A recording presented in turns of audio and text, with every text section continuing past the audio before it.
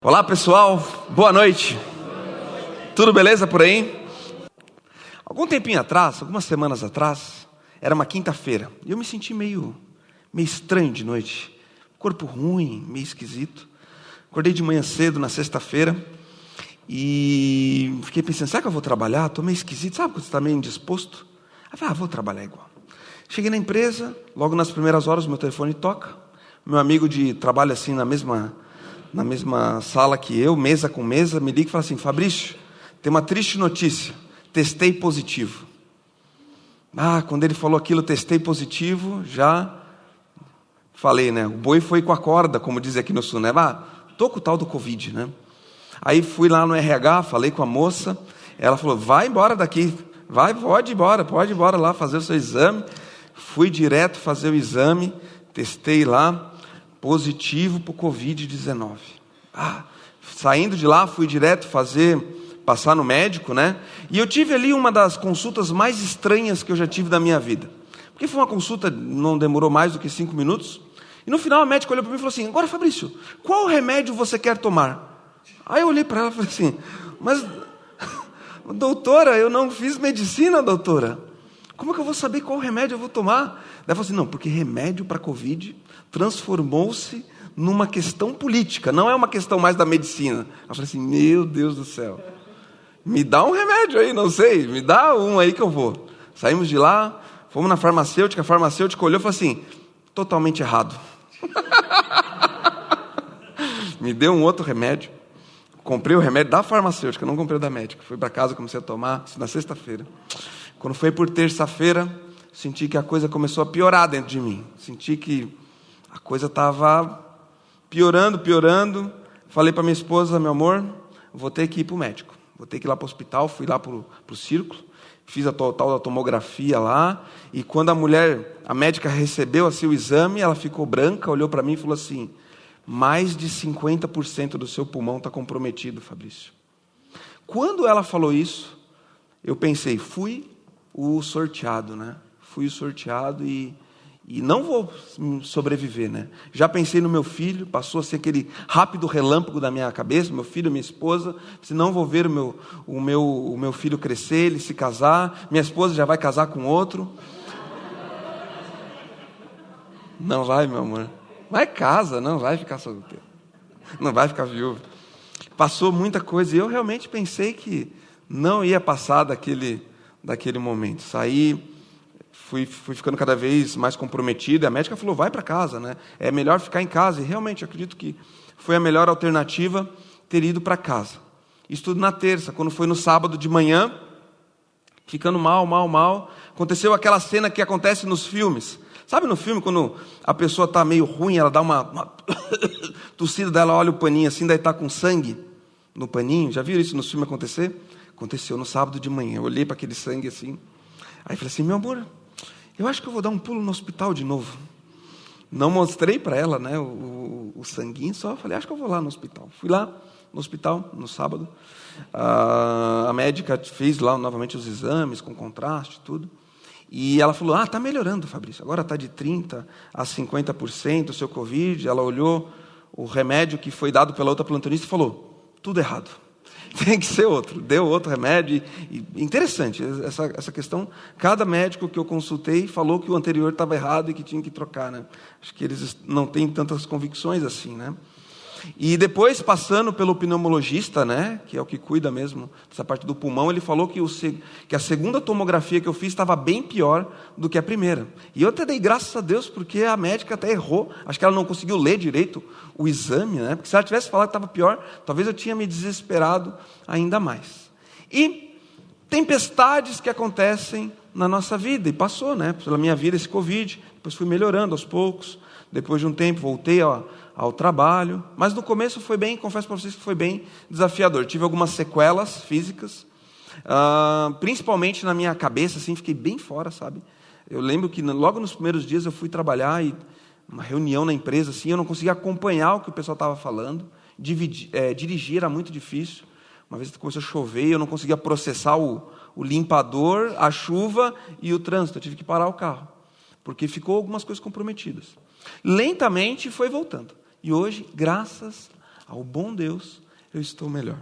Graças ao bom Deus, hoje de manhã, estava tocando lá na Aliança Centro, e uma senhora veio me cumprimentar e falou assim: Fabrício, que alegria ver você tocando saxofone. Deve ser desafiador para você tocar o saxofone depois de ter passado pelo Covid. E realmente, motivo de grande alegria, saber que Deus nos conduziu e nos pegou pelo colo nesse momento de tempestade. E eu fiquei pensando, a respeito desse tema, o quanto que na nossa vida tempestades vêm e vão.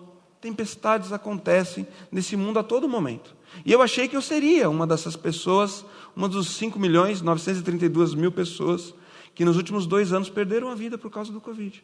E talvez nós conheçamos aqui alguém, alguma família em que alguém se partiu por causa dessa doença ou por causa de outras doenças.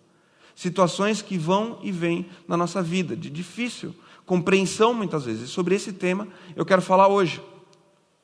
E eu quero convidar você para abrir a sua Bíblia lá no Evangelho que escreveu Marcos, capítulo 6, do 45 ao 56.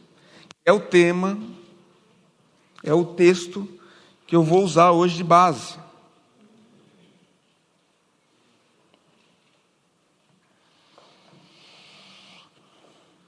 Marcos 6, 45 até o 56. Todo mundo achou?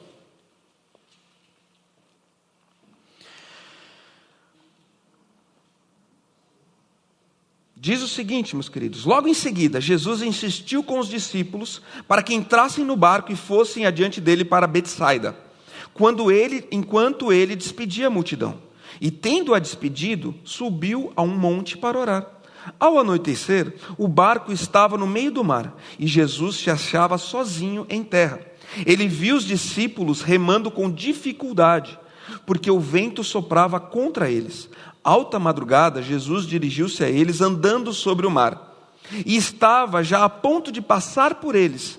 Quando o viram andando sobre o mar, pensaram que fosse um fantasma. Então gritaram, pois todos o tinham visto, e ficaram aterrorizados. Mas Jesus imediatamente lhes disse: coragem, sou eu, não tenham medo. Então subiu no barco para junto deles, e o vento se acalmou. E eles ficaram atônitos, pois não tinham entendido o milagre dos pães.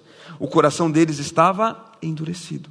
Depois de atravessarem o mar, chegaram a Genezaré, e ali amarraram o barco. Logo que desembarcaram, o povo reconheceu Jesus. Eles percorriam toda aquela região e levavam os doentes em macas para onde ouviam que ele estava. E aonde quer que ele fosse, povoados, cidades ou campos, levavam os doentes para as praças, suplicavam-lhe que pudessem pelo menos tocar na borda do seu manto. E todos os que dele tocavam eram curados. Vamos orar novamente ao nosso Deus? Pai, acabamos de ler aqui uma pequena porção da Tua Palavra, no Evangelho de Marcos, Pai. E nós queremos tirar desse texto alguma aplicação para a nossa vida, Pai. E eu peço, Deus, que o Senhor nos ajude nesse momento, que a nossa concentração esteja plena e que o Senhor me use também, nesse momento, para falar aquilo que tem que ser dito, Pai, pelo poder do Teu Espírito Santo. Amém. Meus queridos, tem uma coisa que nessa mensagem que eu gostaria que você levasse para casa, debaixo, na sua mente, debaixo do braço, ou levasse, e isso ressoasse pela sua semana. É um versículo que está lá em Romanos 8, 28. É um versículo muito conhecido, mas muito esquecido também, principalmente nos momentos de tempestade, principalmente nos momentos de adversidade. Esse é um versículo que nós esquecemos. E eu convido você a ler junto comigo esse versículo nessa noite. Vamos lá? Todas as coisas cooperam para o bem daqueles que amam a Deus. Romanos 8, 28. Diz que todas as coisas cooperam. Coisas boas, coisas ruins, tudo que passamos na nossa vida, cooperam para o bem daqueles que amam a Deus. E nós amamos esse Deus. Estamos aqui hoje nessa noite porque o amamos. E olhando para esse texto, de quando Jesus anda sobre as águas, fica evidente essa verdade de Romanos 8, 28. E eu quero tirar 3 lições para preparar o nosso coração para a tempestade. Esses discípulos, eles não imaginavam o que ia acontecer com eles ao entrar naquele barco. E o coração deles estava despreparado. Assim como nós não sabemos o que vai acontecer essa semana. Não sabemos o que vai acontecer nos próximos meses da nossa vida. E a palavra de Deus nos foi dada, nos foi entregue, para que ao lê-la, nós possamos nos preparar para a vida.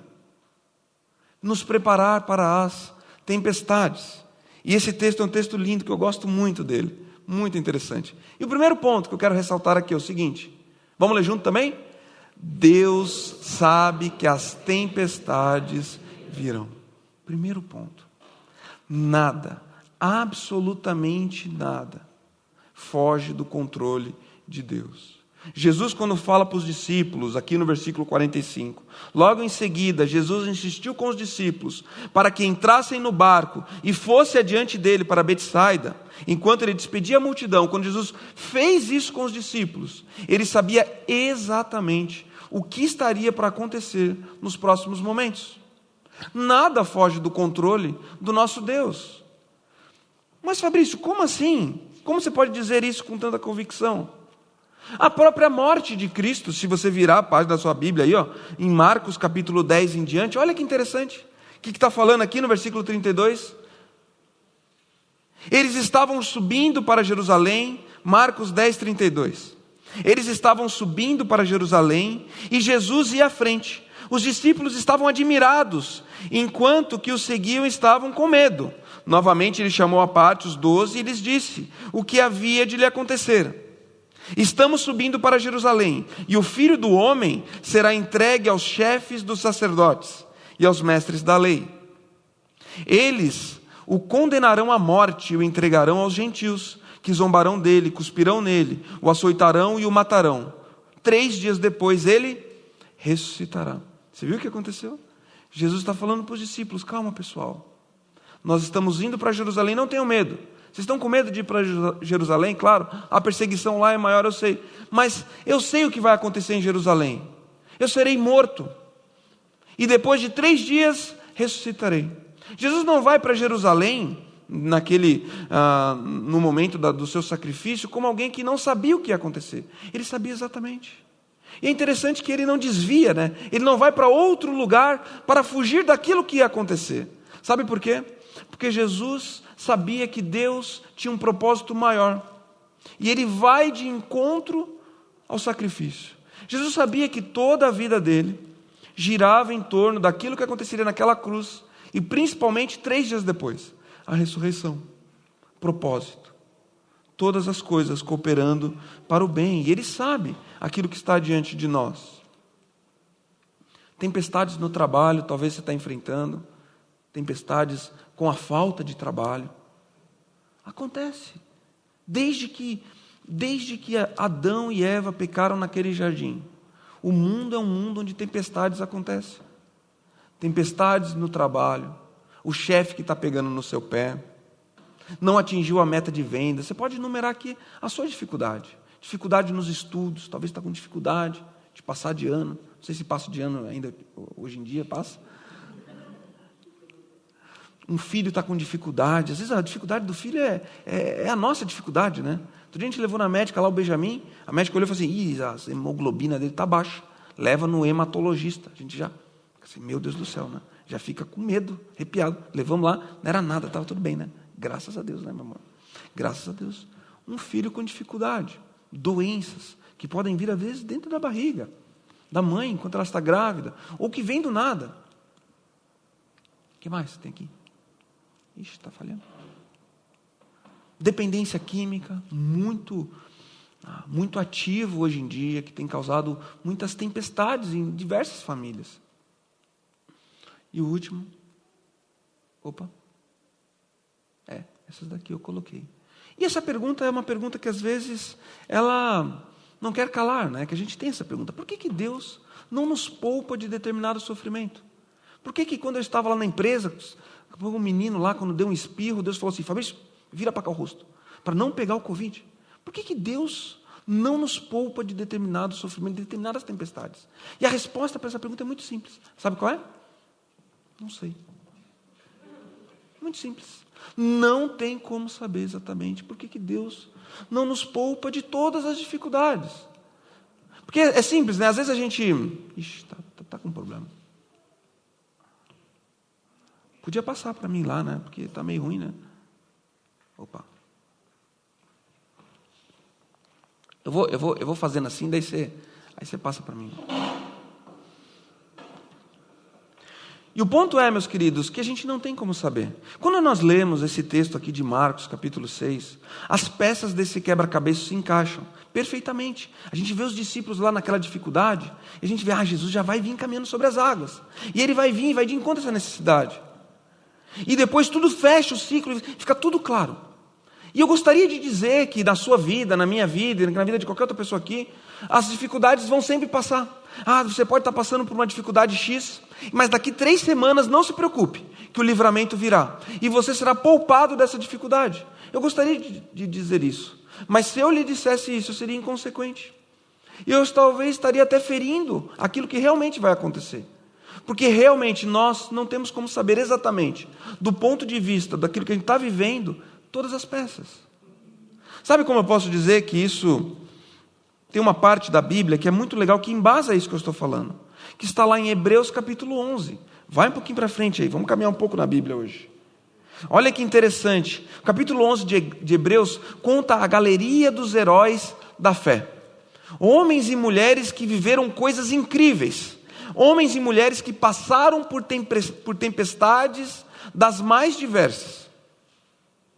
E muitas dessas pessoas tiveram vitórias incríveis na vida. Só que no versículo 35 do capítulo 11 de Hebreus, todo mundo achou aí? Então é. Hebreus 11, 35. Eu não coloquei ali, né? Diz o seguinte. Acharam aí? Beleza? Mais no finalzinho. Olha que interessante que diz aqui. Houve mulheres que pela ressurreição tiveram de volta os seus mortos. Uns foram torturados e recusaram ser libertados para poderem alcançar uma ressurreição superior. Outros enfrentaram zombaria e açoites.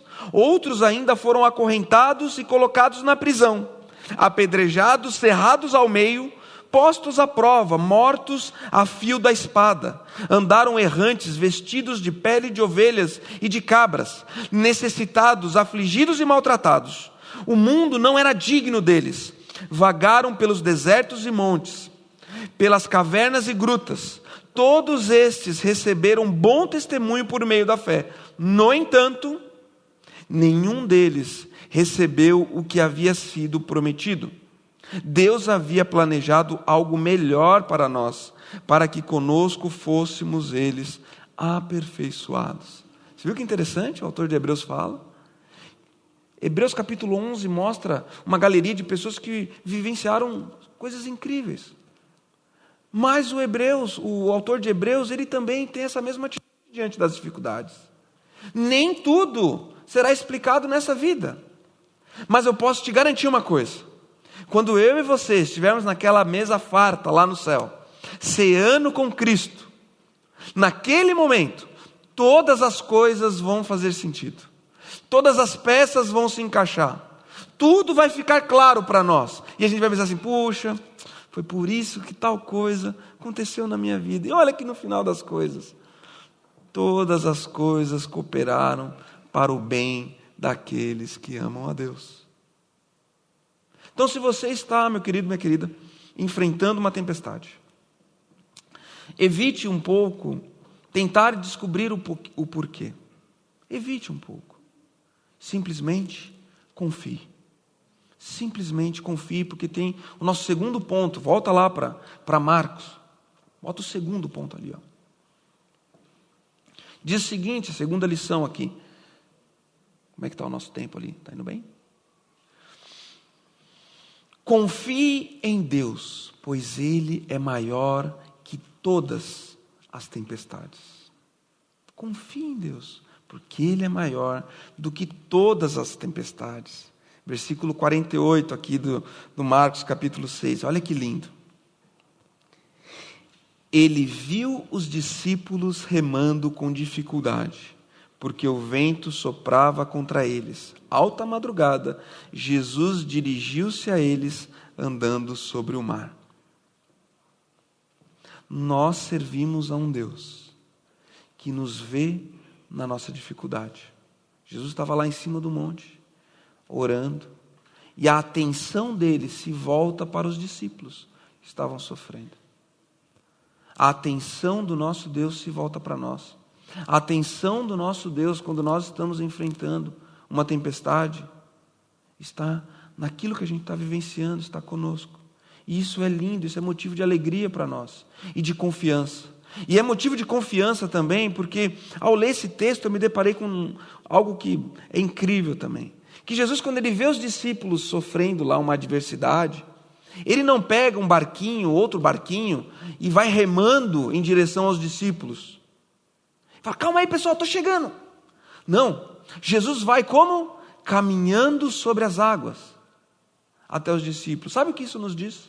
Que as próprias leis da natureza se submetem ao poder do nosso Deus.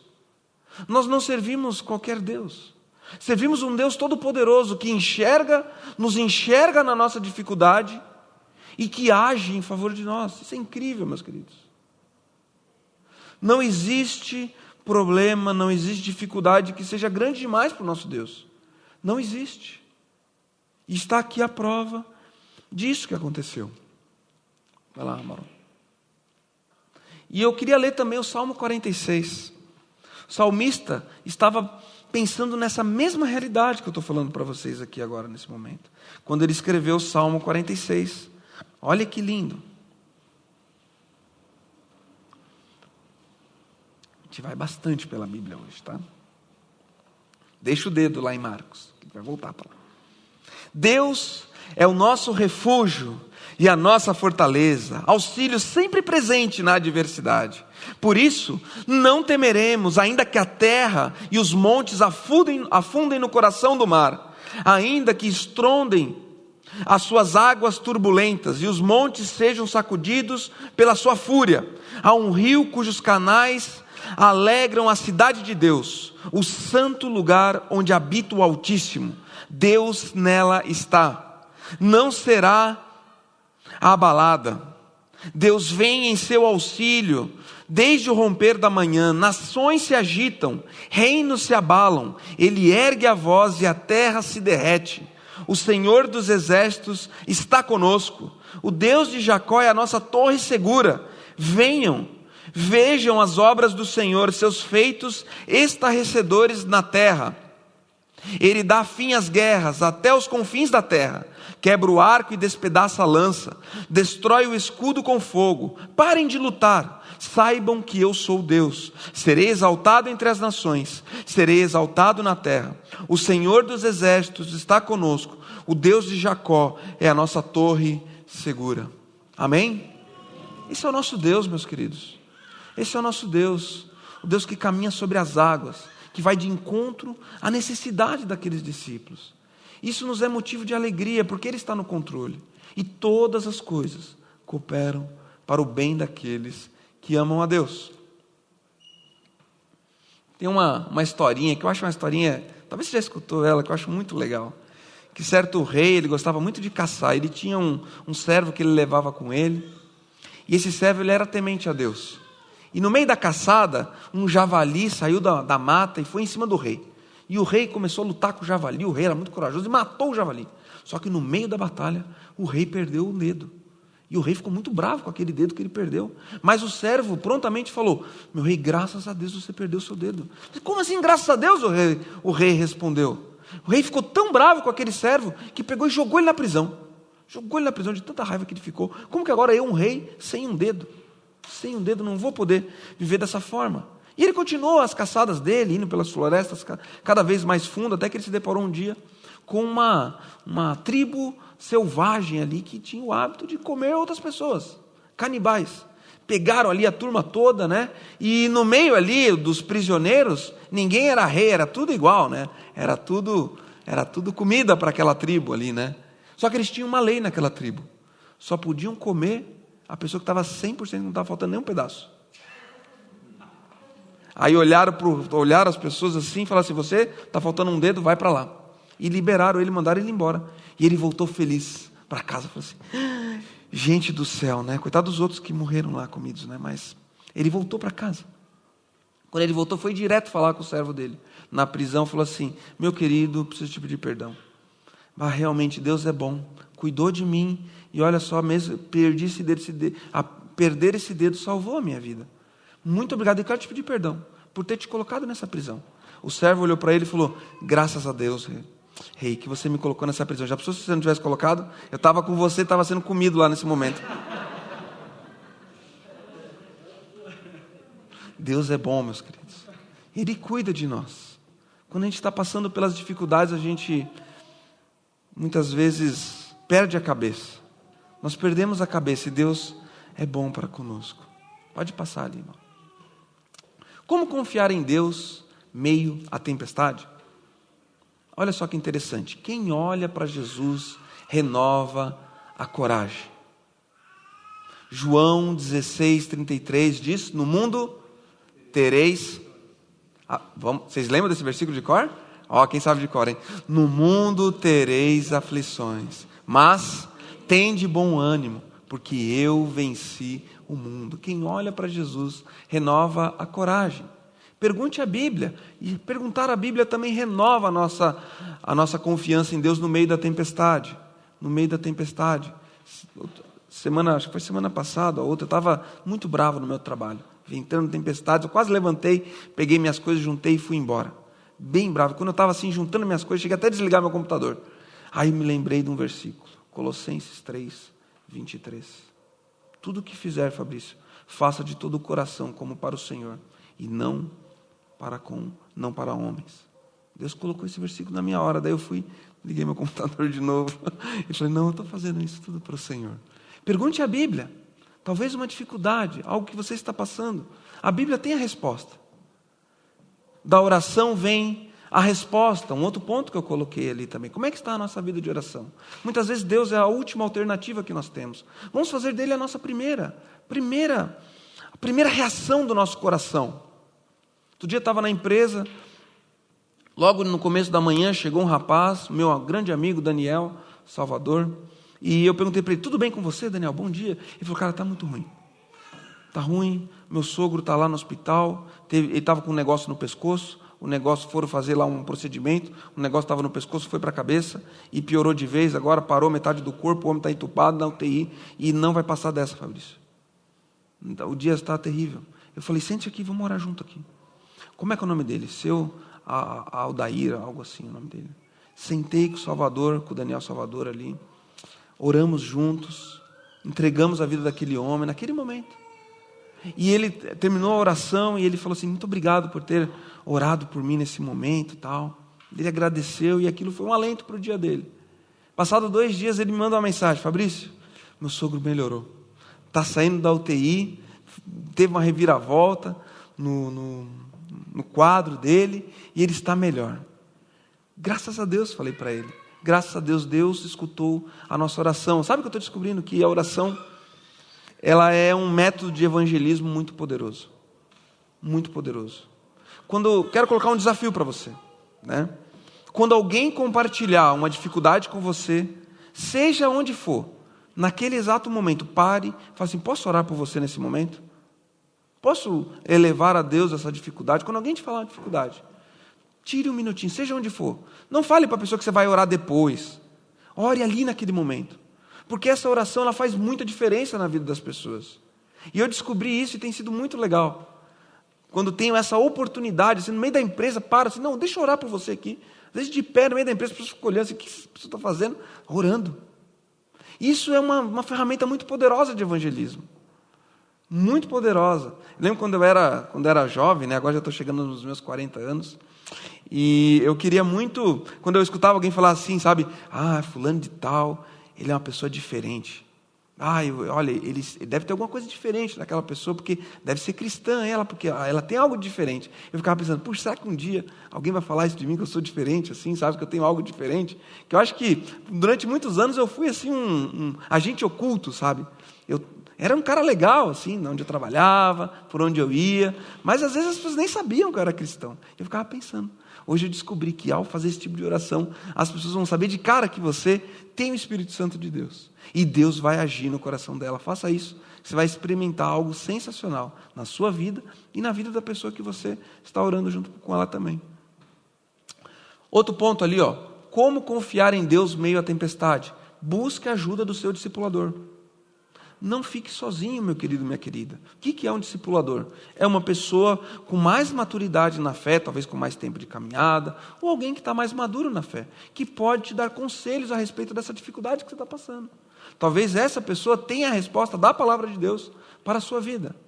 Busque conselho. Encontre-se com essa pessoa semanalmente, se possível. Se não der semanalmente, a cada 10 dias, a cada 15 dias. Mas faça disso um hábito na sua vida.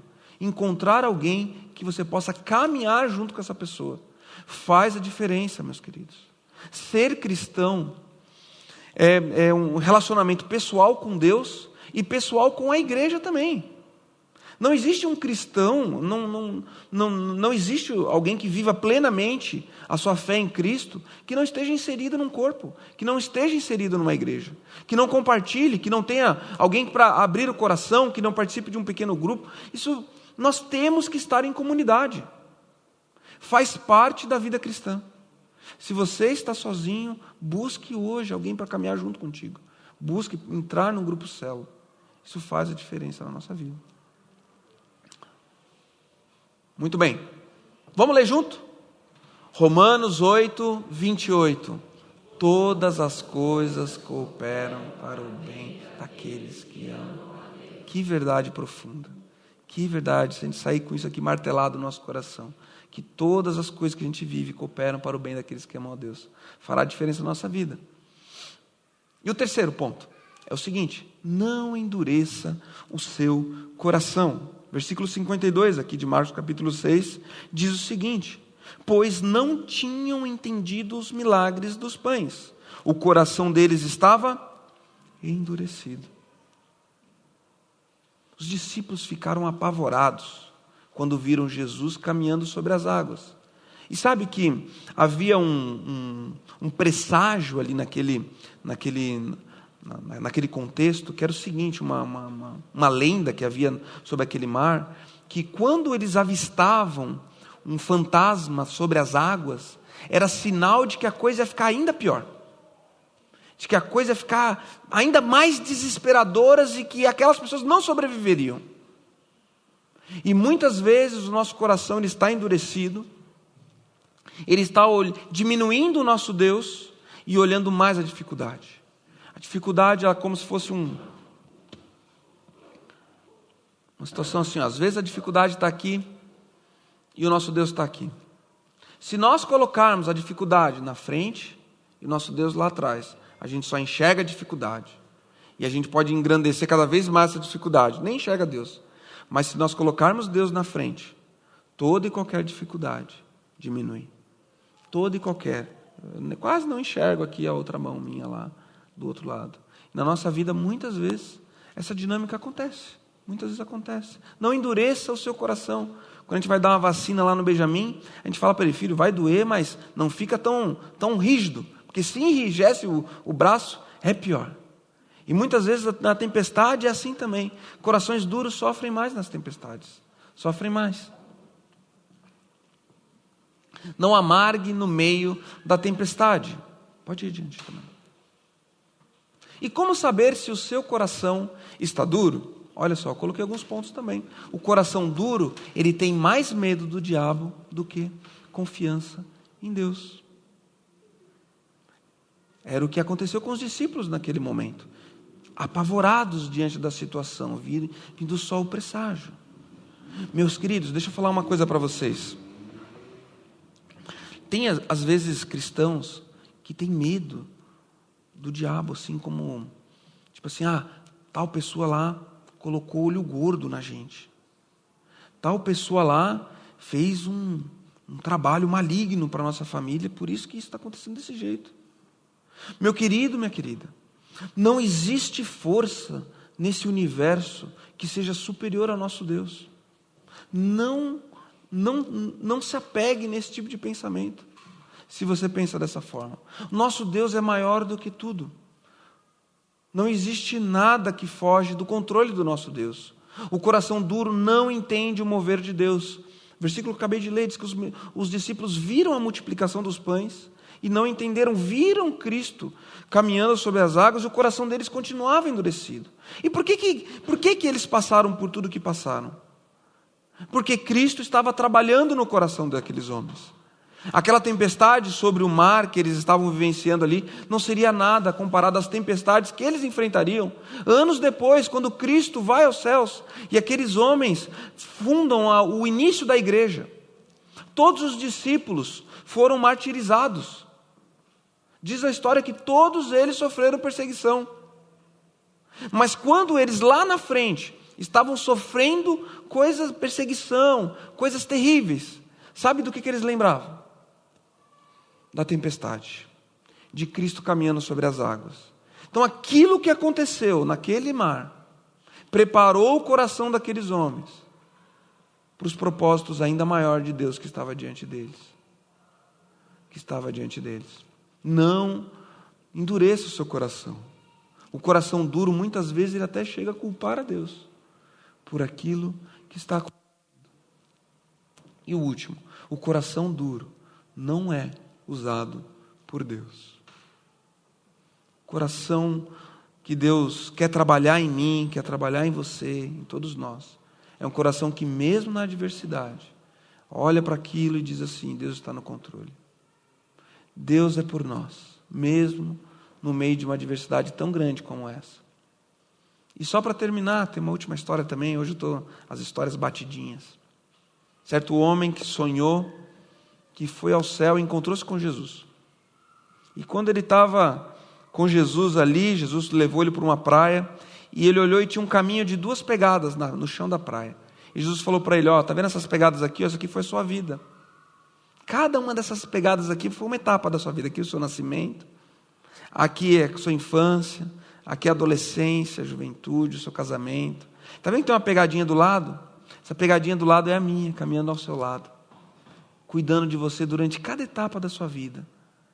Aí daqui a pouco aquele homem se depara com um buraco, uma dificuldade que ele enfrentou. E ele se dá conta de algo, que naquele período de intervalo, naquele espaço, só havia uma pegada. Ele olha para Jesus e fala assim: Jesus, que sacanagem. Nesse momento aqui, no momento que eu mais precisei, fiquei sozinho. Aí Jesus olha para ele e fala assim: meu querido, na verdade essa pegada que você está vendo aí é a minha. Porque nesse momento, eu te peguei no colo e te carreguei. Nesse momento de dificuldade, foi onde eu mais estive agindo na sua vida. Vamos fechar os nossos olhos, vamos orar?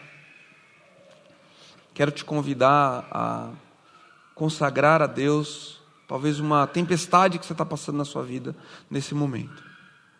Ore a Deus no seu coração, fale com Ele aí.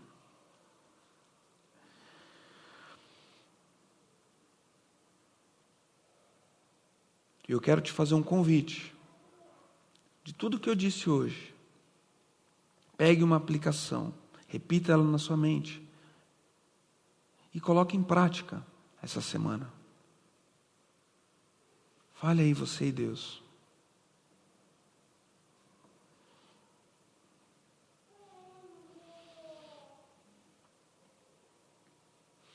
Nosso Deus, nosso Pai, graças te damos, Senhor.